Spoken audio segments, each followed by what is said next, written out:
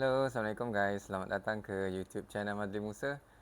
So, hari ni guys, kita nak cakap pasal keburukan menggunakan foreport. Ini foreport guys, caliper foreport. So, keburukan dia yang pertama adalah pemilihan rim. So, kita tak boleh dah guna rim standard sebab rim standard dia mempunyai batang spoke tu, dia lebar. So, untuk pakai foreport ni, kita perlukan batang rim yang nipis, sekurang-kurangnya 20 mm nipis dia.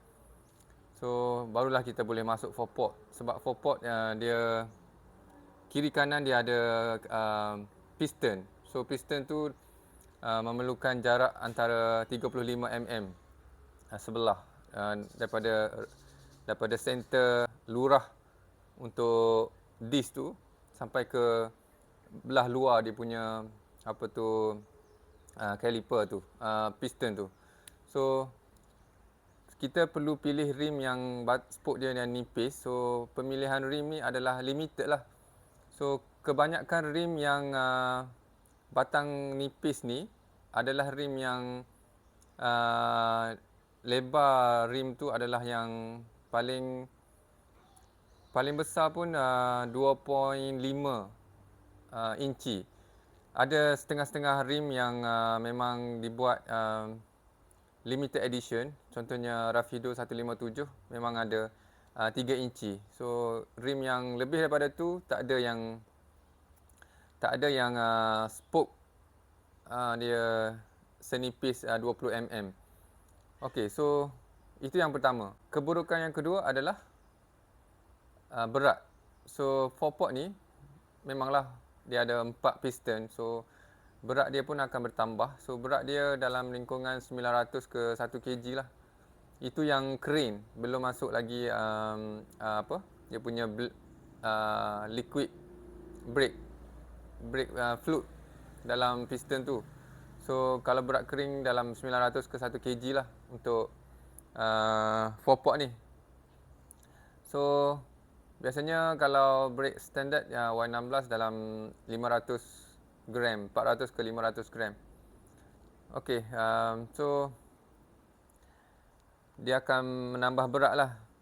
So yang keburukan yang ketiga adalah biasanya kalau kita pakai foreport ni more kepada Brembo lah. Kebanyakan akan pilih Brembo dan ada brand-brand lain yang seperti Frendo yang mahal-mahal kan.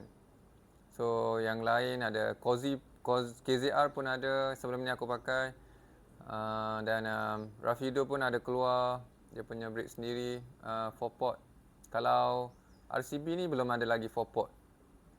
So disebabkan foreport ni dia more kepada Brembo. So kalau orang pakai foreport ni memang orang akan pilih Brembo walaupun kopi, tapi harga dia tetap 350 ke atas jugalah.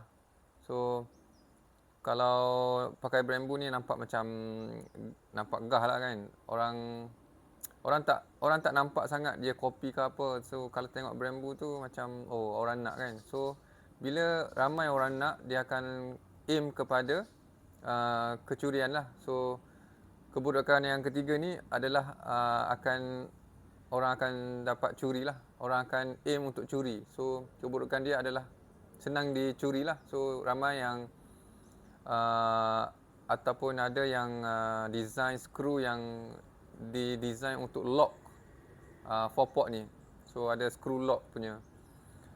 So itu keburukan yang tiga, senang dicuri. So tak boleh nak tinggal motor ni kat merata-rata macam tu. So kalau pakai foreport ni nak kena simpan dalam rumah motor, ataupun kalau pergi ride ke, tak boleh tinggal motor kat merata-rata lah. Okey. Okey, keburukan yang keempat adalah korang perlu modifikasi dia punya bracket dia.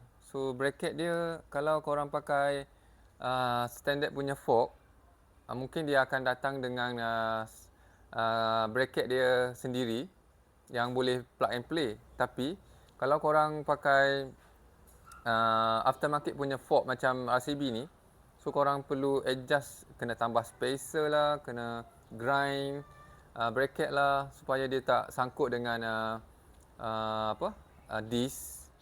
Dan disc pula perlukan spacer juga, disc spacer untuk adjust dia punya center caliper center tu dengan disc. So disc duduk center betul-betul dekat dia punya caliper center. So perlukan adjust lah, kena cari space washer yang betul-betul ngam dengan jarak yang kita perlukan lah. So itu yang keempat. So yang kelima, perlu tukar pump.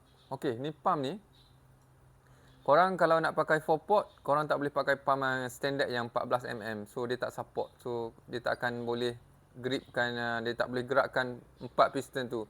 So korang kena tukar pump yang 17 mm at least. Okey, ni pump 17 mm daripada RCB. So dah boleh support lah untuk 4 port. Okey guys, itu dia 5 keburukan 4 port yang aku listkan. So harap ia dapat memberikan sedikit info dan input yang berguna untuk siapa-siapa yang plan nak upgrade brake kepada 4 port dan perlu bersedia dari segi adjustment, bracket dan sebagainya. Okey guys, itu saja perkongsian aku untuk kali ini dan hingga berjumpa lagi next video. Pada siapa-siapa yang belum subscribe dan tekan butang loceng yang penting untuk next video notification.